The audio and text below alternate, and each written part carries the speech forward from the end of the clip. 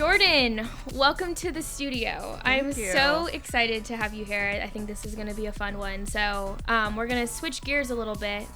You're going to put me in the hot seat. We're flipping it. Yep, Yeah. and ask some questions. For those of you who don't know Jordan, she's our sales enablement coordinator and just full of personality. And I was like, what better person to ask some questions today? So I'll pass it over to you and let me know what you got. I'm ready for it. I'm a little scared. I'm a little scared. It's going to be good. Okay, let's see here. So before diving into marketing, did Yes. you ever see yourself jumping into any other career field? Did you see yourself excelling in anything else? Yeah, so, I'm annoying, and when I tell my story, I always bring up sports, right? Yes. That is just like what built me. Yeah.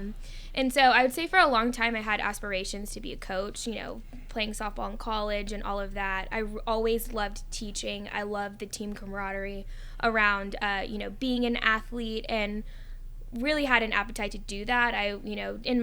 During summer breaks, I do that. Even after I graduated, I had a side hustle, Right. giving lessons. But I didn't want to live the on-the-road life and you're working when everyone else is sleeping, if you will. So, Right. practices are in the afternoon, you're working on weekends, and I just kind of wanted more out of my life. So then, I have always been creative, but I didn't really, process what that meant and didn't think I had a skill set. Necessarily when it comes to creativity, until I didn't realize it, I guess, necessarily till college. Mm-hmm. And then even then I was like, I don't really know. I picked marketing as a major because I was like, I don't want to do finance. Yeah. I like ideas. I wanted to be a graphic designer. Oh, wow. Took 4 years of that in high school. But I was like, okay, I'm going to go broad and then I'll figure out the rest later. And so then this opportunity with Shepard just kind of fell into my, I wouldn't say fell into my lap, but, had a lot of conversations and, was like, oh, this sounds good. Let's try it. Right. And that's how I ended up here. But I can get more into that later too. I'm sure you have a lot of questions, but wanted to be a softball coach. Yeah, first. I think it starts with putting yourself out there, and that's exactly what you did. And so I think that shows in everything that you do. Yeah, now. it's kind of crazy. Kevin and I were talking about how I even ended up at Shepard, and the story's bizarre. Yeah. So, long story short, my husband's dad's a recruiter, and so he just has this great network of people. And, I thought I liked events, but I didn't know what that meant. I had no idea what the trade show industry was. And he's like, okay, I know this lady that works in events at America's Mart. I want to say it's Light Fair. She's like, go to coffee with her. I'm like, okay, I'll go to coffee. Just, networking kind of thing. And she was so nice. I'm forever grateful for that conversation. She probably doesn't even know. That is literally why I'm here today as the VP of marketing. Yeah. It's crazy because of that conversation. So then after that, she's like, well, I don't know anyone with any opportunities, but I have a friend that works at Shepard. And she's like, that is an amazing company. I would work there if I could, kind of thing. She's like, I'm going to pass along your resume. So she sent my resume to someone in Exhibits. And then Exhibits sent my resume to the marketing director at the time, and then to Kevin. So it was all these people had to press the forward button for me to get to Shepard. Yeah. And then Kevin calls me and he's like, I don't have a job for you, but I'm, interested. We can find one. Yeah. But again, all of those things had to happen, and that if someone didn't press forward, I wouldn't be here. So it's just crazy kind of how life works out, isn't it? It's a domino effect. It is. In life. I feel that way with how you got to Shepard I too. think so too. Yeah. I very much feel not fell in my lap, but that's a great way to put it. It just happened, and it happened perfectly. Yeah. And so it's really cool. And I mean, for you, I think you have an interesting story, and having an AV background and ties to a couple different people at Shepard. And then it's also, I find it super interesting in life how when the opportunity is right, it presents itself at the right time. Oh yeah, the timing couldn't have been better. A day later or a day before, whatever. Yeah, it may not have worked. Right. It's so interesting. But that Monday, it happened. Your heart was available, and we had a need, and here we are. I love it. Yep. It's great. It's amazing. So, in following with that, like in pursuing your career marketing, like what impact did you want to make, like coming to Shepard? So I remember when, like, again, first started my career, not that I'm like been doing this for that long, right, but a decent amount of time now. Like, I always remember, like, my selling point was like I just wanted to help people and like serve. I always thought I could serve, and I didn't know how I could make that happen. How can I serve people? And so then as I got more embedded in marketing, I'm like, I want to do a service for the brand that I represent. And so as I've grown in my career, I get more and more passionate about, like, I want the entire world to know about Shepard and why they're amazing. And so that's really the impact there. That's where I kind of focus on the impact, is how can I amplify Shepard's voice? Yep. Because I believe we have so many wonderful things that we're bringing to the table, and we've evolved so much as a brand, especially post-COVID. And, there's, for a business being around 100 years, we've evolved. And so, maybe there's some old sentiments out there of Shepard. And I'm like, all right, it's time to change that narrative. What can we do to fix it? And so that's really kind of what gets me up in the morning, is like, there's just so much that we can do. And I feel like we're doing such a good job, but then at the same time haven't even started yet. I know. It's Tip crazy. of the iceberg. Tip of the iceberg. And I think we'll kind of always feel that way. Like, big believer in, like, constantly needing to evolve what we're doing, especially in marketing. And I know you kind of came from outside of that. Like, it's true. The job literally is never done. And, you nail down one story and then it's on to the next one, right? And then another problem. So it's cool. Yeah. Coming up on 2 years, I feel like I say the same thing. Like, I bleed the Shepard blue. Like, because we see what goes on in the background, and marketing has hands in everything. I'm like, you guys don't even know. Like, it's pretty cool. Shepard is it. Like, for sure. Yeah. And I think that's the other thing that's, like, fun about marketing too. And again, as, like, you grow your career, you get more exposure to the business, and the opportunities that lie. So, like, originally, like, in simple terms, marketing is there to drive sales and to support sales. Yes. But there's a lot of other ways beyond that that you can help drive business growth. So looking outside of, that symmetry between marketing and sales, and looking in other departments. We do a lot with, like, our exhibitor services, or, a lot of other people call it customer service, exhibits. And so there's just, like, endless opportunity. And I love that we, as our team grows too, we get our hand more and more in, like, the holistic brand of Shepard and all of the departments that support that. Yeah. It's amazing. It's pretty cool. And I love it. I love it. It's fun.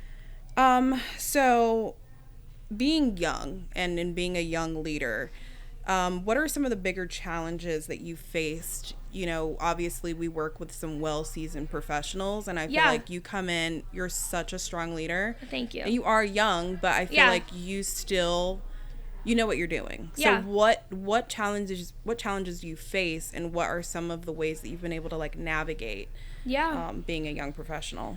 I think the biggest challenge originally was, like, just, and I don't even want to say that imposter syndrome, because one thing people say about me is I'm a confident person, and I do 100% believe in my ability to do this job. But I think that I've always had this, like, natural thought, like, okay, I am young. Are people going to take me seriously? Right.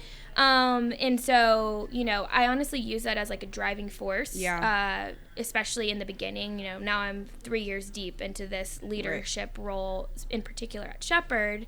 And so I used it as motivation, and I don't want to say I operated with, like, a chip on my shoulder by any means, but I knew that I had something to prove. And for the, a lot of people welcomed me with open arms, but, if there was ever hesitancy around that, again, it motivated me and it drove me, and I wanted to embrace those people that maybe question it. And the thing that is the way how you overcome that is with your work ethic, right? Like, and that's what I will die on the hill on, is that I will not be outworked. Right. And absolutely. So, hard work beats talent all day, and luckily I had a lot of experience. And then I was willing to work hard. I mean, my first year, I stayed up till 2 a.m. Yep. Every single day, working on the website or revamping proposals. Or because I had something to prove and I wanted to do that. And so working hard is the way to overcome those things. Full circle. I mean, VP of Marketing and Brand Strategy. When I saw that email come across, I was like, no one's more deserving. Oh, thank you. Yeah. Thank you. It's amazing. But on a serious note, I mean, I'm still working through those late nights, but I think it's in that same sentiment as being a young professional. I want to be taken seriously, and whatever I can do to improve Shepard at the end of the day. Yeah. Oh, I'm going to do it. So, yeah. I want to piggyback off of that real quick. That just like, I am a huge believer of like, whatever you want out of life, you can make it happen. Absolutely. And so the time that you're spending now, not that that's like the standard to do the late nights, but like you will reap those benefits, and it may not be on the timeline or in the way that you originally think. Yeah. But you're gonna look back and be like, okay, wow, it was all worth it. Oh yeah. And I am 10 times more the person. I have all of these opportunities now, and you get what you get out of life, and especially when it comes to your job. Yeah. And so my advice to you is just keep working. We're so grateful to have you at Shepard. It's so fun collaborating with you. It was your birthday yesterday. Yeah. Happy birthday, Jordan. But no, it's been fun, and I think we just have endless opportunity to be more and do more. Yes, absolutely. So you have other young leaders on your team. So where do you find the inspiration to lead and drive us and, us navigating our careers? Okay, yeah. I think it's a lot around my experience that like I had when I was in your position. Yeah. I'm lucky to be surrounded by so many amazing people on our team. And just thinking about, okay, what did I have aspirations for when, I, again, was in your position? And so having empathy and recognizing, hey, you're working hard. So, making sure to show that appreciation. I think that's a big one. Yep. I've had a couple conversations with other leaders, and we talked about just emotional intelligence. And, I think there was a time originally, like how I grew up was, especially being a women leader, you want to be like poised, strong, matter of fact, and all of that. But I think that there's a beauty to being empathetic and understanding. Yep. And so definitely try and lead in that capacity, taking my experiences, trying to just be aware. Yeah. So I think one thing that helps me with being a leader is just like that awareness and emotional intelligence of like, I know that you're jammed right now. How can I help? You know, or hey, this is how we can be better. And then I also think leading a young team, not having not being afraid to have the hard conversations, because that's ultimately how you grow. So like those difficult times make you 10 times better, and there's always areas to improve. And so I think if we can have open dialogue, provide open feedback, and it's not in a way to win, like we're on the same team here, and I think everyone on our team especially like has that mindset. I think that's another like really great way to grow people, because at the end of the day, I feel like you said, we have a shared goal. Like we're not